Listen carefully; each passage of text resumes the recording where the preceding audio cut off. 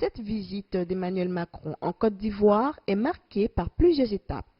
À son arrivée en fin de journée le 20 décembre dernier, le président français Emmanuel Macron s'est directement rendu à la base militaire française de Port-Bouët où il a partagé le repas de Noël avec les quelques 1000 soldats français que compte cette base française en Côte d'Ivoire. Dans la matinée de la deuxième journée de sa visite en Côte d'Ivoire, Emmanuel Macron s'est tout d'abord rendu à l'hôtel de district d'Abidjan, Plateau, où il a été reçu par les rois et chefs traditionnels de Côte d'Ivoire.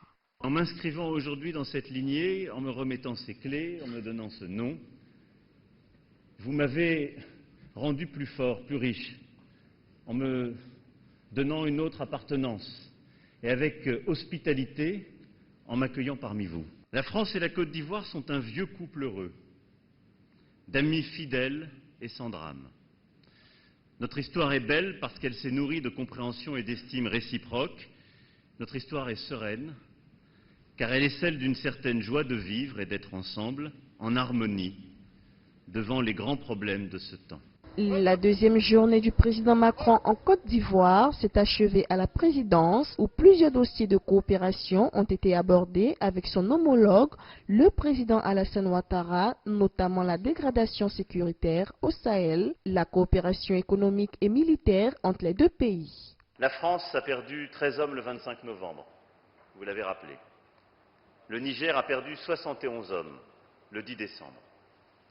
Néanmoins, nous devons rester déterminés et unis face à cette menace.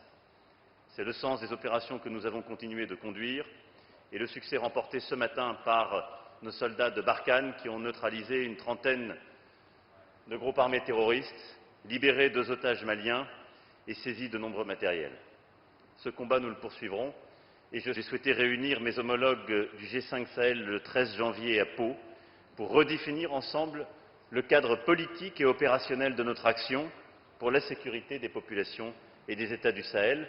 Et je souhaite que de ce travail puisse naître une clarification politique et stratégique, mais aussi des engagements nouveaux et un travail conjoint, cher Président.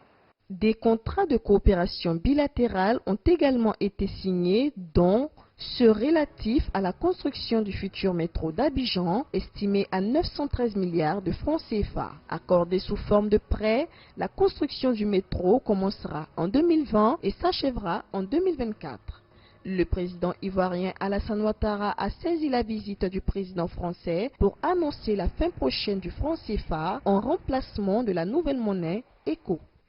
Cette fin du franc CFA suppose que les réserves de change des pays de l'UEMOA ne seront plus centralisées par la France et l'obligation de verser 50% de ces réserves sur le compte d'opération du Trésor français.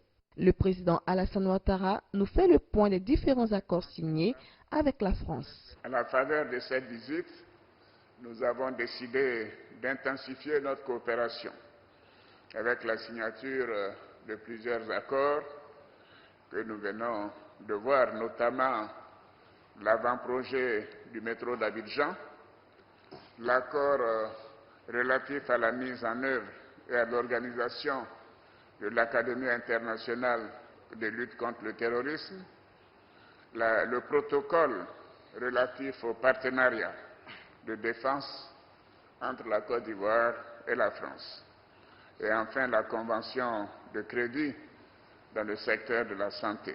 Le dernier arrêt de la visite du président Emmanuel Macron en terre ivoirienne se fera à Bouaké, la deuxième ville de la Côte d'Ivoire. Le président français y rendra hommage aux soldats français et américains tués dans le bombardement de Bouaké le 6 novembre 2004. Emmanuel Macron s'envolera ensuite pour Paris avec une escale de quelques heures à Niamey, au Niger. Christina Niaouré, CGTN français. Abidjan, Côte d'Ivoire.